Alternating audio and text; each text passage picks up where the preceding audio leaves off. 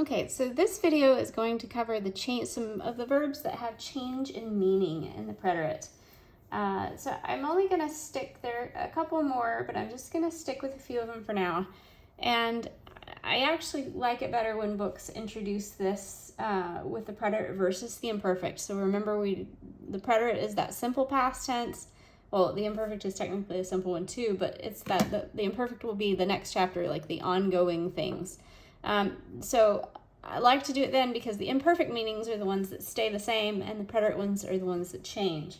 So, but regardless, we're going to go ahead and cover them now. Okay, so saber is one of those that's going to change in meaning in the preterite. So in the preterite, in the present tense, it meant to know, right? So in the preterite, it's going to be to find out. And you could also say to find out or to learn. I just like to find out. So for instance, if I say, I learned the truth yesterday.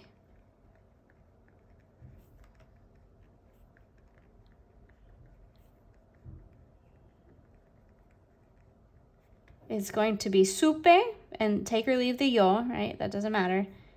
Yo supe la verdad ayer. Okay, so when you have just found something out, when you're going to use the preterite. So if you want to say you knew something, like I knew how to speak Spanish when I was a kid, this is not going to be your tense. You're actually going to need the imperfect to be able to do that original meaning. Okay, conocer also changes in the preterite. So in the present tense, it can be to know or to be familiar with. In the preterite, it is only going to be to meet for the first time. Or you could think of that as to have met.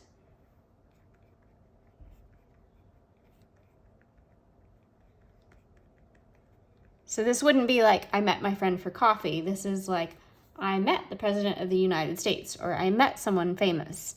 So we could say, let's see, conocí. Let's just say the president. Al presidente. Okay, using conocer when we have a person coming, we need that personal a, so make sure you get there. So that's, I met him, right? That's not that I knew him, but that would be like if I met him, kind of that one-time thing. I haven't, by the way. I haven't met any presidents. And so then another verb that's going to change is querer. So querer is really different. And we're going to look at it affirmatively and we're going to look at it negatively. And so affirmatively, it's to try.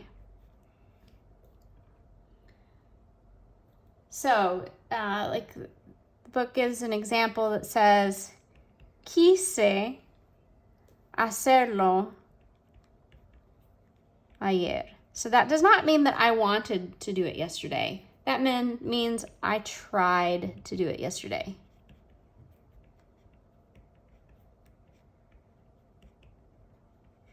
And what I like to look here is that there's the attempt, I guess, because you're saying you tried it.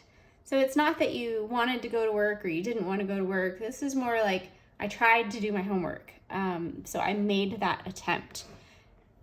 Okay, and then the next one is no querer. So same verb. And the books always define this as to refuse. So again, it's not to not want, but it's to refuse. So but take this lightly, because when I listen to it and when I use it, I don't necessarily feel like it's that strong as a refusal, but it is definitely more than you didn't want to do something. So I'm going to give a different example here. So if I say, no quise ir al trabajo hoy. So what's that saying is, well, if we translated it kind of the way they want you to, it would be, I refused to go to work today. Now, I don't really think of it that way. I would actually translate more this as I didn't want to go to work,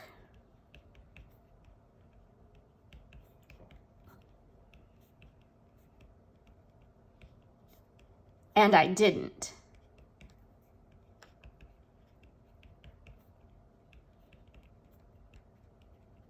So this translation is really kind of me exaggerating it, but to drive the point home. So the idea is, okay, I refuse to go to work. That sounds so like a kid throwing a fit or something. So it's not, it could be that, right? But here, if I don't want to go to work, or I didn't go to work, this is showing like, okay, the idea here is that I didn't go. So using the other tense, so we're not there yet, but using queria, the imperfect, if I said no quería ir al trabajo, that would be I didn't want to go to work, right? We all feel that way. We get up in the morning, I don't want to get up. So no quería. But this no quise is implying that you didn't. So maybe not only that you didn't want to, but that you didn't. So there's a refusal there. So just kind of keep those in mind when you're studying those verbs.